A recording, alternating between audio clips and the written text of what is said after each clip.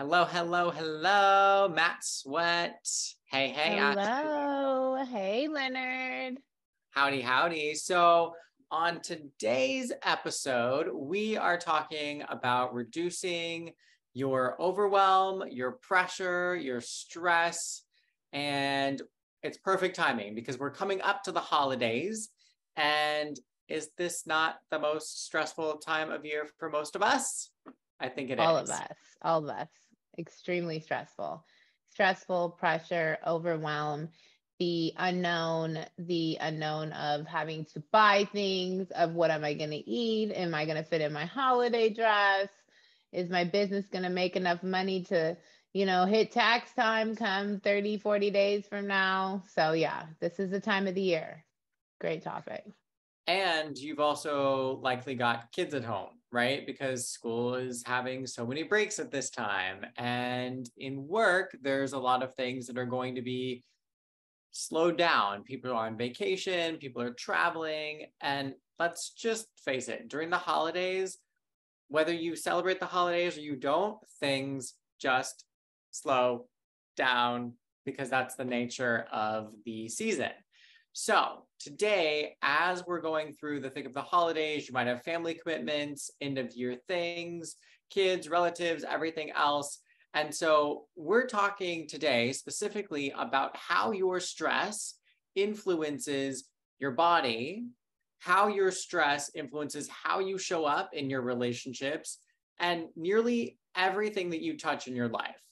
So, um, Ashley, let's dive into first and foremost the body aspects of dealing with stress. So I know that when I deal with stress, I don't sleep well at night. I will avoid eating. I know some people eat more. My thing is to not eat. And so, what are some of the aspects that are some of the, I guess, consequences that our body feels when we are overloaded with stress? Yeah, that's a really important thing to to hone in on is the stress. Stress is the number one factor for everything that happens for people when it comes to overeating, like you said, lack of sleep, lack of nutrition, um, just overall feeling crummy, getting sick, especially in the wintertime, different climates changing. I think that for me personally, as I really learned how to hone in on my stress, it really started to change my symptoms. It changed my symptoms drastically and it changed my energy. It changed the way that I handled things in a more productive manner. I was able to really be able to manage more than I thought I could.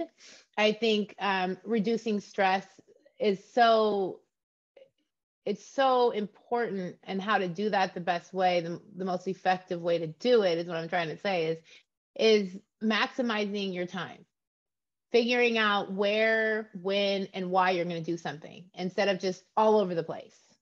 I think that's a huge, huge, huge, huge thing for moms, especially. I know when I have everything planned out, even down to the hour. I mean, it doesn't have to be that specific, but when you do, it actually does something for you. It allows you to have more time, and that time can be used for yourself, which is self care, which brings your stress down, ironically, right? So, how do we maximize our time? How do we take care of the kids? How do we get in our workout? How do we eat our food, get our nutrition in? I think there's many layers to that. But the number one thing is being organized and having your time planned out properly. So, for me, I know that meal prepping ahead of time, we've talked about that before. That's super huge. That brings on so much stress. Coming home, having to make dinner at 4:30 in the afternoon.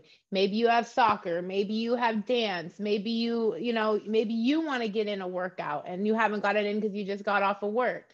So having those ready to go meals and snacks, literally instantly, boom, take out of the fridge, boom, put in the oven, boom, your kids are fed. Not only are you maximizing your time, but now you're allowing an opportunity to nourish your body with whole foods instead of, oh, well, I'll just stop at Wendy's on the way to basketball, or I'll stop at the gas station and get, a quick snack.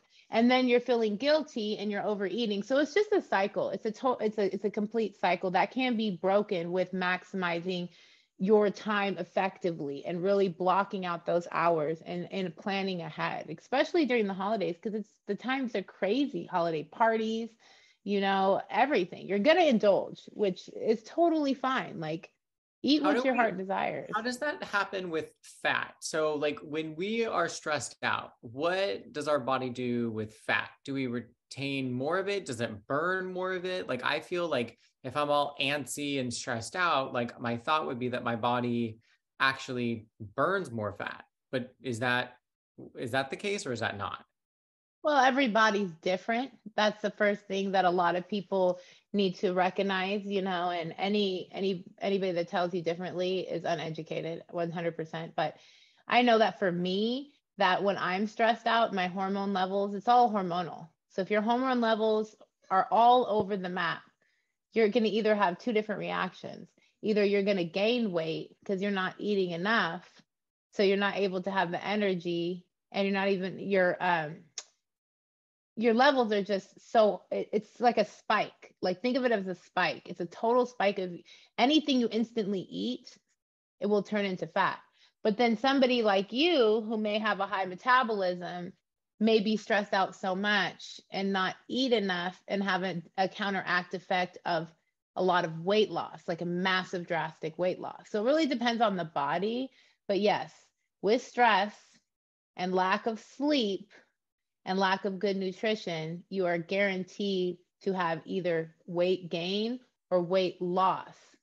And usually it's the opposite of what you don't want because of how your hormonal levels really, it comes into factor that you have to know what your body type is.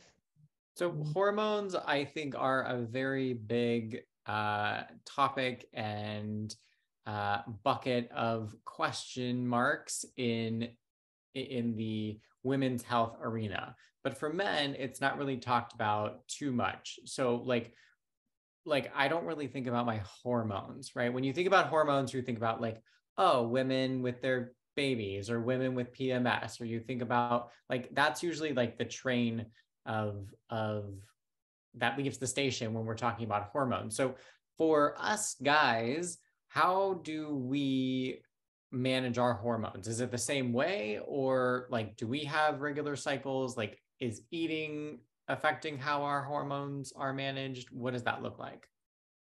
Well, everything affects your hormones. It doesn't matter. It doesn't matter if you're eating too little, too much, stress, everything we're talking about, stress, pressure, overwhelm, lack of sleep, lack of whole foods, it will affect your hormones no matter if you're a woman or a man. Now, we all have different hormonal levels, and everybody is particular to what their body, how they will react. I mean, we know it comes from a lot of lack of good gut health, but when it comes to the hormones for men specifically, I think the testosterone levels are really important to check on and really get that. Like, I'm not a doctor by any means, but to get those levels checked, I encourage my clients to get their levels checked every 6 months at least, get a full panel. Primaries are okay, but as we know, they're not educated. It's a very specific, testing that needs to be done that can only be done by specialists. Seeing an endocrinologist is something that I highly suggest every single person that comes across me in my path to do first and foremost. You need to know everything. Primaries, but maybe they are great for, prescribing antibiotics or something like that. You really want to dive in and get a little bit more. You want to get the specifics, like there's specific tests that endocrinologists can do. I know for me, when I lost my weight, that was a huge factor because I had hypothyroidism. So that was the reason why I was working out so much and I was eating so good, but I did lose a massive amount of weight, but it would fluctuate like crazy. Like I'd gain some and, then I would lose it and I'd gain it. And it became very unhealthy for me, which stressed me out because I didn't know why. But little did I know I needed to go see, a specialist and get a full panel done. So it's really important. Yeah. So by working out every day, at least 30 minutes or so, that will help with managing stress, which helps manage your hormones, which helps manage your body. Is that what I'm hearing? Well, yes, but no. Working out every day, it's proven, it's science that if you work out every day, you are going to have a counteract effect to what you truly want.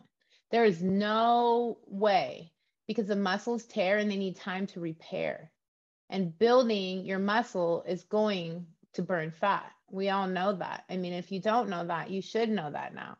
So, really, like having like 3 days a week, just 3 days a week where you start out, you do a 30-minute workout, and those other days, take a walk, go for a hike, do some yoga, do some Pilates, something that is not, high intensity, cardiovascular, that is not extreme, is really going to, you can still move your body, but you definitely don't want to work out more than 3 days a week if you're starting. Now, if you're in the game a little longer, you get to about 5 days, but anything past 5 days, you're just like, it's pointless.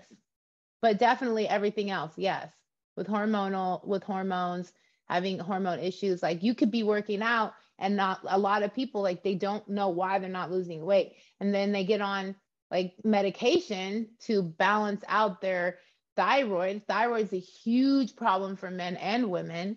And once they get their thyroid, all their levels leveled out, thanks to the endocrinologist and or the doctor, all of a sudden, boom, it just sheds. It just sheds or it gains. So it's really important. It's probably one of the most important things you do before you even step on in a gym or Okay. start working out. So work out 3 times a week, a minimum 30 minutes. That's an hour and a half a week. So we Yeah, should even all, if you're experienced in the gym, science says that after you work out for 45 minutes, you're doing no justice. You're not gaining any muscle after that. Your muscle cannot scientifically build itself, especially if you're not taking any breaks.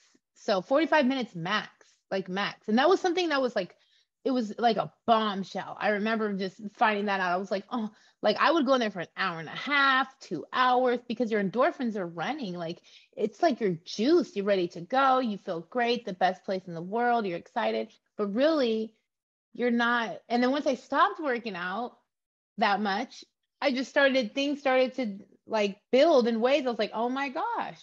But it's hard. It's really a mental game. It's mental. It's all mental.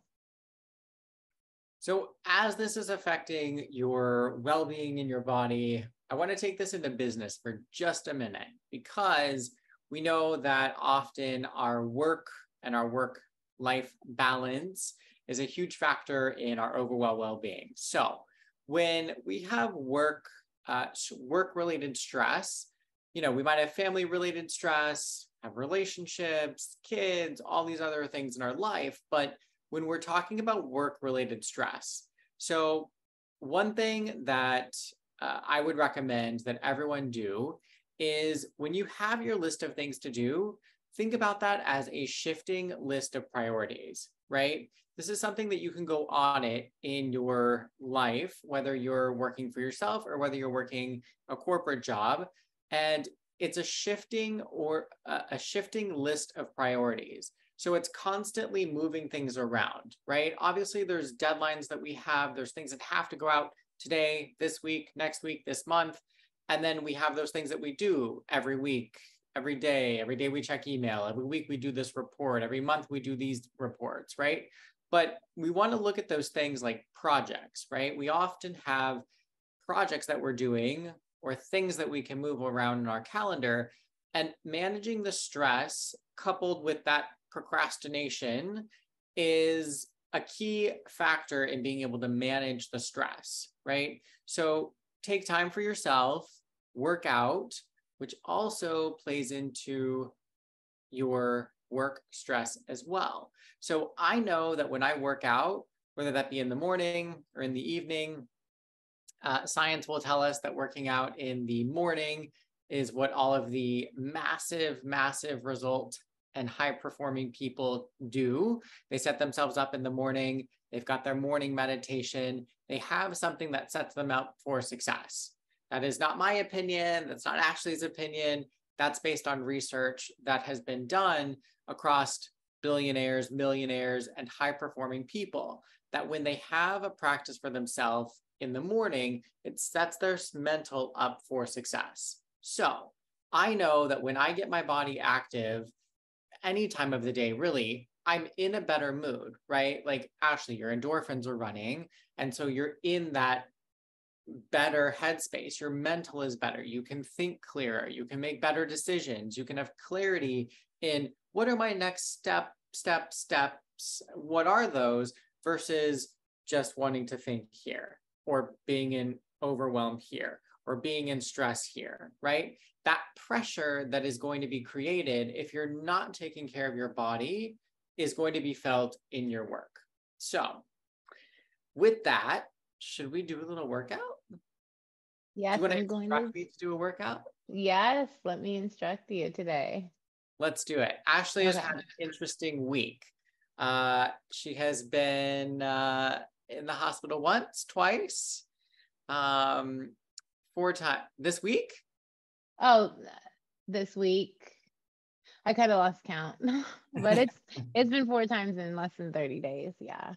Unfortunately, COVID has knocked me down pretty tough. And then, for me, COVID is something that just, because of my autoimmune and as healthy as I am, it just knocks me out. And then the flu. So back to back, I think I had some RSV in there. So it's that time of year and we are getting bombed here where I'm at. So, but I'm here and I'm taking care of my body. I'm respecting it. I'm bringing my stress down, the pressure and overwhelm. This is why it was such a good topic and I wanted to be here, is because it's so important. Because even I think one other thing is that, like, stress, pressure, and overwhelm, when I think about that over the course of my lifetime, before I really started to shifting into a mindset of not living in overwhelm, they talk about this. Now, this is my opinion, but with my MS, having MS, co-creating it myself, I lived in 17 years of overwhelm, of stress, of pressure. Some brought on me, I brought on to myself. I think about, did I create my condition to a level that allowed me to not be able to move anymore and collapse and all the issues I had?